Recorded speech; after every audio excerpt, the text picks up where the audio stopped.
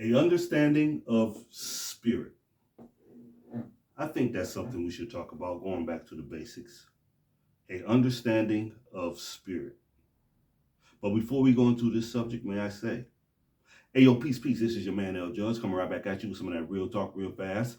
Now, if you can, please hit like, leave a comment, hit repost or share. It helps your boy out. And subscribe if you're on YouTube.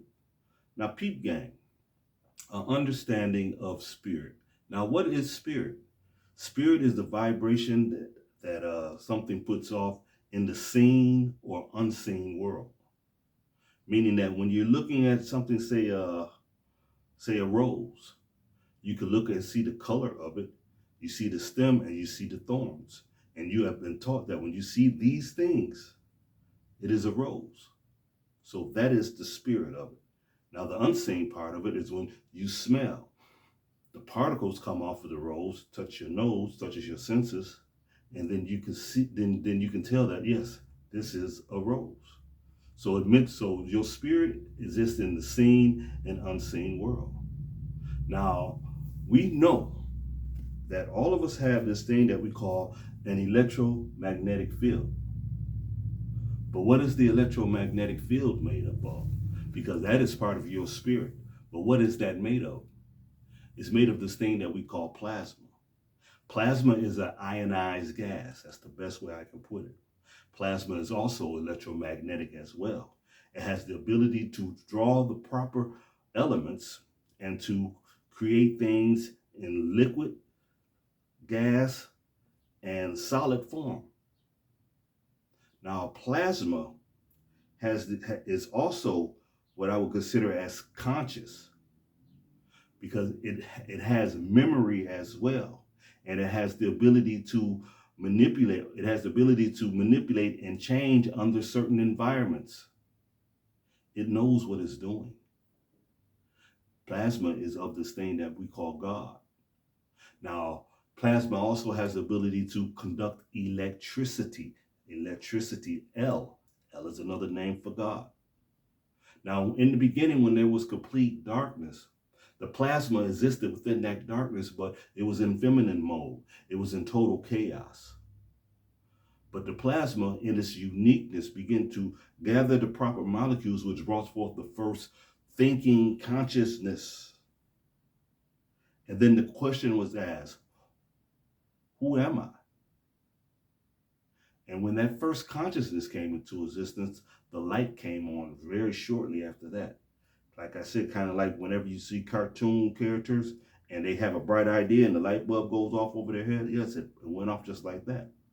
But the light that was created was a ultra, what do you call this light right here? An ultra purple light, or what you call an extreme ultraviolet light. It was a black light. Now, this thing that man calls God, it became aware of itself, but it still wanted to know more of itself. So it created itself, or another form of itself, so it could see itself from a different point of view. And then this process began over and over and over again. Now, you had these gases, which were electromagnetic. Well, you had the plasma, which had an electromagnetic force, and it brought forth certain elements, and it brought forth its own electromagnetic fields. And these electromagnetic fields that exist in gas form were conscious. These things became known as etherians, because basically what we're talking about the ether. Now, the plasma, it's everywhere. The plasma makes up 99% of everything in the seen world. But I would like to add on to that, I would say the unseen world as well. Now, this plasma is the thing that makes the sun ignite. You see, a lot of people think, when they think of the sun, they think of it as a furnace, or thinking that it's something within the sun that is making it transfer that heat or distribute that heat. But that is not true. It is that plasmic force that exists on top of the surface of the sun that is producing the heat. This is why I said in the last video, I said, what if people were on this planet and the people raised their up to a higher vibration and then they ignited this whole thing and we created our own golden city, created a golden age for real. It's very well possible. Now, as your spirit rises up and you get onto the ninth heaven, you're going to be able to manipulate your plasma or the plasma that you are connected to. You're going to be able to manipulate that and you're going to be able to create a whole galaxy. In my Father's house, there are many mansions. Yes, because there are many beings who went back to the ninth level of heaven and they created their own versions of heavens. They created their own galaxies. They created their own worlds. You're going to go back to this all day. But it all goes down to you manipulating your plasma. That plasma makes up your torus field, right? That plasma, it can exist in gas form, correct? That means it can exist in wave form as well. Now, when you are thinking, you may see something within the inner mind's eye. But there is a wave, an invisible wave that is coming off of you. And that invisible wave exists in plasma form. It allows you to manipulate this thing that we call existence.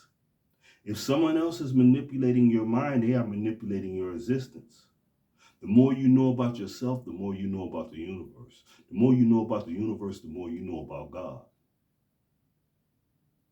You have the ability to manipulate this plasma because that you are of this.